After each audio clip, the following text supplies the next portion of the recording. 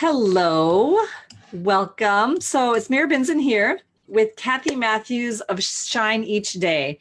And we've been talking about ways that we can support you getting your little ones to sleep.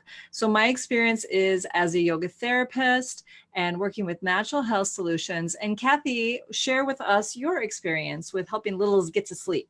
Yes, that is certainly a passion of mine. Sleep is just so important. When little kids aren't sleeping, um, the whole family is usually in disarray, and all sorts of problems can come from kids not sleeping. So I work with parents individually to help them create new solutions around routines and their environment and just their patterns of behavior to really help their kids learn how to self-soothe and sleep through the night. So important. Sleep is really the foundation to health. And if we're not getting good sleep, like you say, the rest of the day is chaos, especially for kids. So much is happening developmentally for sleep. So it's really important. And I like to think of sleep is like meditation. With both sleep and meditation, it's not something we do, but we create the conditions that we can then fall into sleep, that we can then fall into a state of meditation. And so you really focus on helping people create those conditions, like what's going on leading up to the condition of sleep in the environment, like you said, behavior, habits, that kind of a thing. So what are some really quick and easy tips? Like if some kids running around, 2 year olds running around, it's 8:15 at night. What are some things parents can do to help their kids get to sleep? Yeah, and I like what you were just saying about it's up to us to create the atmosphere so that kids can sleep because it is oftentimes parents feel like it's their job to put their kids to sleep. And so from little babies, that we rock or nurse and feed to sleep, we just kind of get into that habit that parents think it's their job to put their kids to sleep. And what happens then is children never learn their own ability to self-soothe so that they can fall asleep. And so, especially with like 2.5-year-olds, once they're in a big bed with no crib, parents really end up struggling because kids will get out of bed. They don't stay in bed and they take a long time to fall asleep. And then they usually end up in their parents' bed. Like one of the clients that I was just recently working with, Katie and John, their son Peter, exactly that situation, 2.5, never knew how to put himself to sleep. And they were at the point where it was taking them an hour to an hour and a half every night to lay with him just to get him to fall asleep. And then guess what happened? He'd fall asleep, parents would leave the room, he would get up in the middle of the night because he's not there, they're not there with him, Mhm. and he would go into their room looking for him, and then it was just a battle to try and get him back into bed. And then ultimately most nights he ended up sleeping with them only to then wake up at 4 or 5 o'clock in the morning thinking he should start the day. So tough situation for families to have to navigate through, that's for sure. Yeah, absolutely. And so if you are watching us live, you can type in the comments. Does this sound familiar to you? Is this something that you've dealt with before? Very likely this woman is not alone, right? A lot of times we're dealing with this. And just that age, 3 and 4 year olds, they're really fighting for their autonomy. They're just starting to recognize like, hey, I'm an individual being. And no is like, wow, unlimited power in the universe. And so if you can relate to that, go ahead and type in the comments. Or if you're watching this later, yes, I can relate to that. Yeah. And so you had asked what are some of the things that we worked on. So we look at the environment. We look at what's the situation look like before bed? How calm is the um, home? Are the lights dimmed? Is the energy level dimmed? Are we avoiding TV and screens before bed? Because many parents think that that's a good way to calm children. And while it calms them physically, it doesn't calm their brains. And so that can be a huge barrier. We look at the routines, we look at the environment, we look at the sleep associations, and then we provide skills and tools that usually we pre-teach to the children, the parents pre-teach to the kids so that when they start sleep training, that the kids are more on board and know what's going to happen. But in this particular family that we were just talking about, Mira, one of the biggest things they struggled with was helping their child learn to calm, because this little boy didn't know how to do it. And so for about 7 months before I started working with them, they were using melatonin in order to just to get him to calm down, because they couldn't even start a bedtime routine or get through it because he was just so amped up. And they found melatonin assisted in him being able to um, slow down a little bit.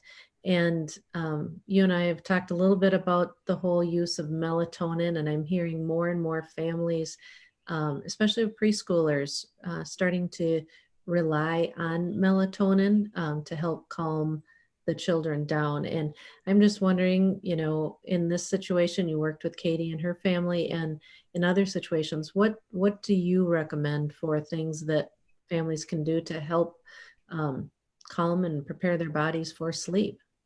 Yeah, and the reason I think families do rely on melatonin because you get a big effect. You're like, oh, that worked.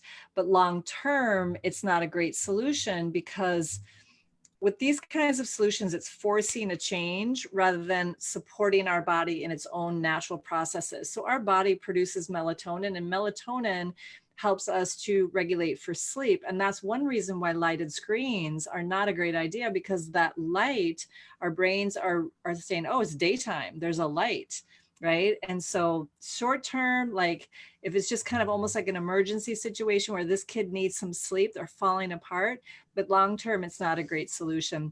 That's why I'm so passionate about educating families about other options, because if you get a kid on medication, what's the exit strategy? What's next, And so that's where essential oils can really come in, because that plant chemistry is working in harmony with your body to support your body's own natural processes. 100% safe, 100% natural, no addictions or side effects. So I spoke with this mom, and the oil blend that they tried is Calmer, and this is actually especially made for kids. It comes in a whole little package here, like a nice soft package. The kids can have it themselves. And there's these little flashcards, and even pre-readers can use these because they're symbols, and they can say, okay, I need to calm down. And then they can use this oil blend. So with children, when we use essential oils, we want it to be highly diluted. Essential oils are very potent. When you're using a good quality brand like doTERRA, which is the brand I recommend, they're very pure and potent. Like one drop of essential oils is 50 to 70 times strong as an herb. And so diluted for children. And then this Calmer blend has lavender and chamomile, right? So most people have heard of lavender and chamomile as a soothing oil. And then it's got Cananga, which is actually closely related to ylang ylang. Most people have heard of this beautiful tropical flower, and Buddha wood. So Buddha wood, these woody tree oils, are grounding. So for a lot of kids, their energy is up and their energy is out, and we want them to come down and in. And so this essential oil blend can be, rolled on the kids' wrists, the back of their neck, the bottoms of their feet. They can even do it themselves. And kids really like to have something that they can use themselves. And then just kind of, there's this little plastic carabiner, they can just kind of hook it on their basket or their bookshelf or something. And so applying something like that, and you talked about creating the conditions for sleep, smell has a very strong association with memory and environment. And you walk into a room and you smell something, you're like, oh, so that smell is paired with, now it's time to quiet down. And that's happening at a physiological level. So you can even diffuse essential oils in the room as well to help create that sleep environment. Oh, that's the sleepy smell. Yeah, and it automatically starts to calm the body, and adults as well as children can find great effects from that. And again, it's part of the routine. It's part of the calming. It's getting the body, it's getting the mind, it's getting the senses ready to sleep, and that is a step that I think we can't forget and that we need to address. And again, skill that we need to help teach our kids because they don't know how to do it. And it's something we want them to be able to learn how to do it. Mhm. Absolutely. And this is a really interesting time when a lot of us are being asked to shelter in place, to stay at home. Our routines have changed. And so I think for a lot of parents, they're starting to get a bigger picture of what their kids' daily cycles are like. Because if the kid is going off to preschool or they're going off to work, they're missing that chunk. And now they're seeing like the whole cycle. So a good night's sleep starts with a good morning, right? And then maybe afternoon rest and what they're eating. And so it's really like you want to back it up almost to the day they wake up to make sure that that sleep program is in place. And so it's like almost a whole lifestyle shift. And a lot of times lifestyle shifts can feel overwhelming, like, oh my gosh. And so I always talk about the 10% transformation, just starting to tweak things a little bit at a time. Like, okay, let's start using this oil, or let's bring in this one habit that Kathy showed us. And then slowly shaping our way or approximating our way towards where we want to end up, so it doesn't feel overwhelming, so we don't get discouraged and throw in the towel. I've seen that happen a lot with parents trying to make big behavior changes with their kids. It can feel overwhelming, like you're fighting this big uphill battle. So just like little tweaks, like let's change something by 15 minutes when we're going for 2 hours, right? But Yep. little changes along the way.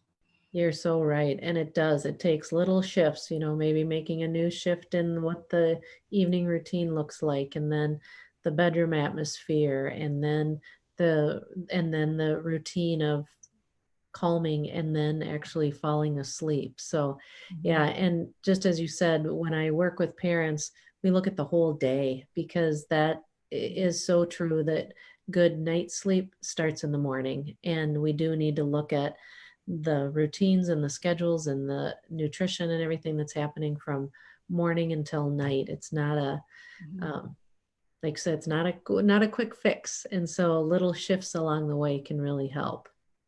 Yeah. So Go ahead. how can we find what were you going to add something else? Well, I was just going to say, how common is this, right? I think some people, parents who are struggling with their kids, they think, oh my gosh, why is this so hard for me? But it's really quite common, isn't it, for there to be like disruptive sleep patterns for kids, right? Yes, it's I don't even know the number because not everybody reports accurately, I would say, as to what they're struggling with. Some people don't want to admit that they're not sleeping, but it's a very high percentage of families that struggle at least at some point in time in their kids' early years. And as you mentioned, the brain development is so huge between birth to 3, and the growth is so important. And so sleep is one of the best things that children need during that time. And so I always tell parents this is a life skill and really a gift that you're giving your children that will last forever, and it's good for everyone. Yeah, absolutely. Yeah. So, Mira, if I wanted to find out more information about your oils, what would I do? Well, I can leave a link here with this video. And as people come in and comment and share, you can ask us questions. There's another oil that I wanted to share that I absolutely love, and it's called Balance.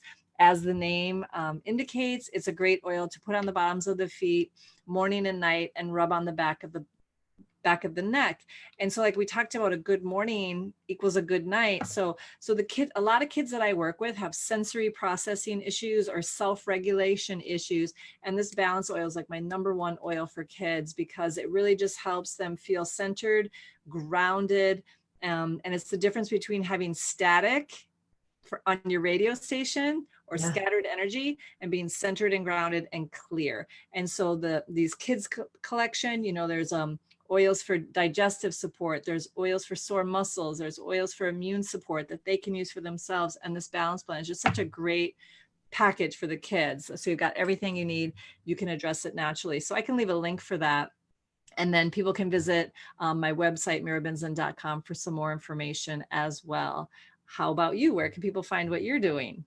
Yeah, on my website at shineeachday.com, there's a free download. There's a 5-page document that gives you all sorts of tips and things that you can kind of go through as a checklist and say, where are we at with this in our family, and what are some modifications that we can make. Um, I always hope that families can figure it out and make the tweaks on their own. But if the information isn't sufficient and you really need some individual support in implementing and making some changes, that's where the coaching comes in. And I always start with a free 20-minute consultation just to see where parents are at and to see how we can work together to help get the solutions that they want. And what I usually say is, what's your goal? And the answer is, I want them to go to sleep quickly and I don't want them to get up until the morning. Yeah. So that's usually our goal. Yeah. And that's such a great service to offer, to really give parents support in figuring out what sometimes can be a very complicated part of a child's life, right? The self-soothing and getting ready for sleep. So, we talk about this, and we're both so passionate about helping people find solutions. We want you to know you're not alone. We want you to know that there are safe and effective methods that you can use, and that both of us can consult with you at no charge and kind of figure out what's best for you. And if you do want a sample of an essential oil to try, you can send me a message and I can get you a sample like we did with this family, so they can try it and say, oh yeah, that actually works. That's a great piece of the puzzle. And getting the coaching and getting the oils. And this is a great combination of things to do so that you've got a long-term, naturally healthy strategy for your children. Yeah, we should probably wrap up with some positive, movement that family made that we were talking about. And so through the sleep coaching and use of the oils, their little guy, Peter, now is falling asleep on his own, sleeping till 6 in the morning, and falling asleep like between 7:15 and 7:30 versus between 8:30 and 9. And now granted, they're still working on 100% consistency every single night, but there's lots of factors into it. But more nights than not, things are going way better. And Katie just loves the oils, and Peter loves the smell of it, and so it's become part of their calming routine. So I almost forgot to share the fun success that this family had experienced. Yeah, and it's so great to hear that. It's so encouraging for families to know that in a fairly short period of time, you can get some really good results. So that's great to hear. We're so excited for them. And Yeah. think about that nice parent time, adult time they get those extra 2 hours every night because their child is sleeping and developing and all those good things while he's sleeping. Exactly. The added benefit, that parent time alone, is so important too. So Yeah. Well, thank you so much. It was really fun to talk with you about this. And we just wanted to let everyone who's watching know that there's resources for you, and you can reach out to us and we can get you connected. And like Kathy said, give you a consult and just kind of see what are some options for your family to get your littles to have good sleep. wonderful. Thanks so much, Mira. This has been wonderful. Yeah, so fun, Cassie. Kathy, thank you so much. Take care. Take Bye-bye. care. Bye-bye.